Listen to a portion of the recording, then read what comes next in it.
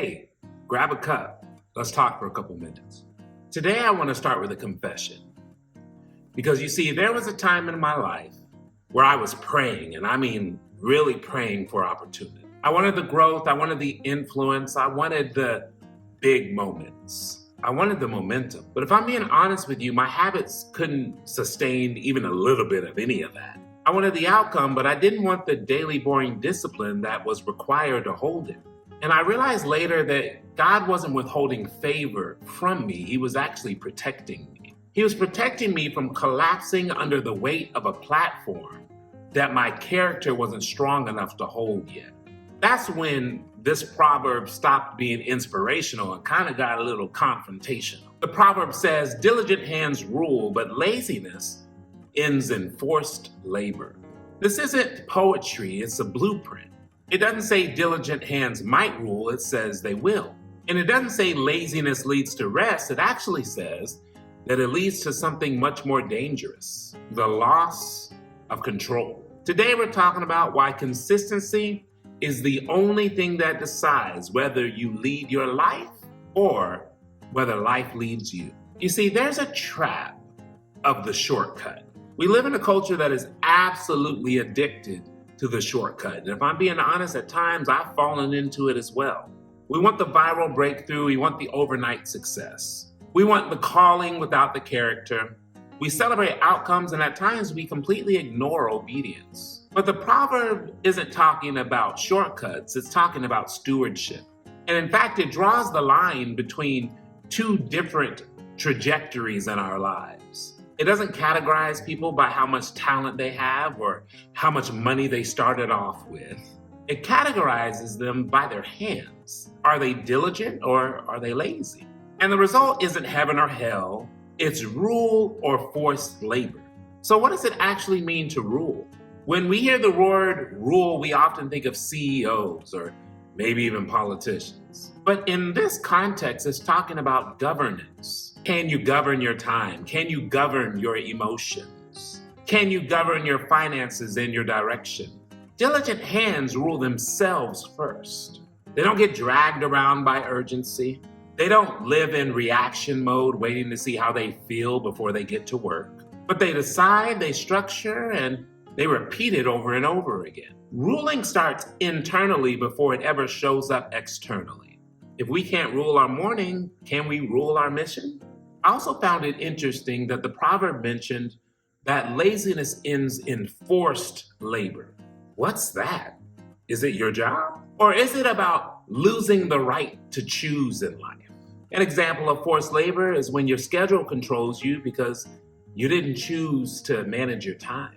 It's when our emotions dictate our reactions because we didn't practice self-control. It's when finances trap options because we didn't practice discipline with our spending.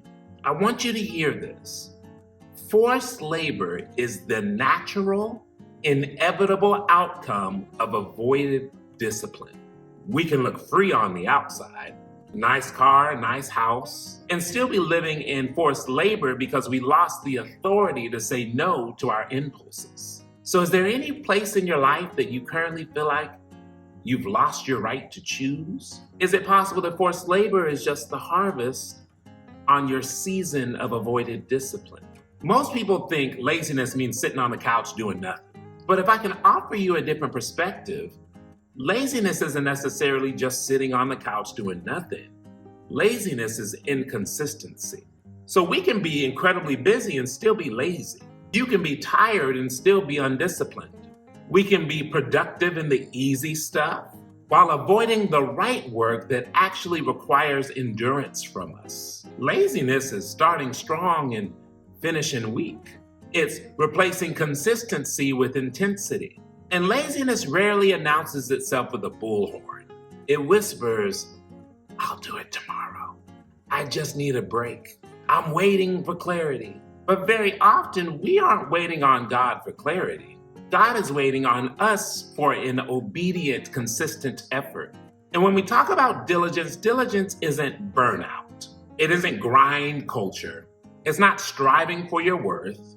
Diligence is simply alignment. It's doing the right things in the right order for the right reasons. and doing it for a long period of time. Diligence is boring, but that's exactly why it works. Transformation doesn't happen in a moment, it happens in a pattern. And if we want to break out of forced labor, we need to develop the diligence loop. Decide once, stop renegotiating with what we already know is right, schedule it, knowing that if it isn't on a calendar, it's just a wish. Do it tired, knowing that discipline proves itself when motivation disappears. And repeat without renegotiation. Remove the choice from our daily tasks. Think about Jesus. 30 years of obscurity for 3 years of impact. Why? Is it possible that we are being shown that authority is forged in hidden seasons? Is it possible that it's not about how fast we get there? Rather, how long we can endure quiet obedience in the carpenter's shop? God doesn't entrust influence to intensity as much as he entrusts it to consistency. So this message is not for the gifted or the talented. Everyone has a gift. Everyone was given a talent.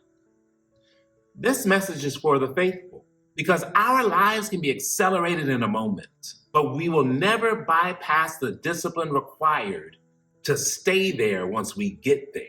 And now I want to leave you with the same question that stopped me in my tracks years ago. If God answered every prayer you're praying right now, would your habits be strong enough to sustain it? Because diligent hands rule, not because they're special, but because they remained faithful when no one was watching. Don't choose the forced labor of a reactive life. Choose the discipline of a governed life. More is entrusted to the hands that can be relied on. Drop a comment below. What is one area in your life where you need to stop negotiating and start being diligent? Always remember that growth is a journey, it's not a destination. I'm in it with you, and I'll see you on the next one.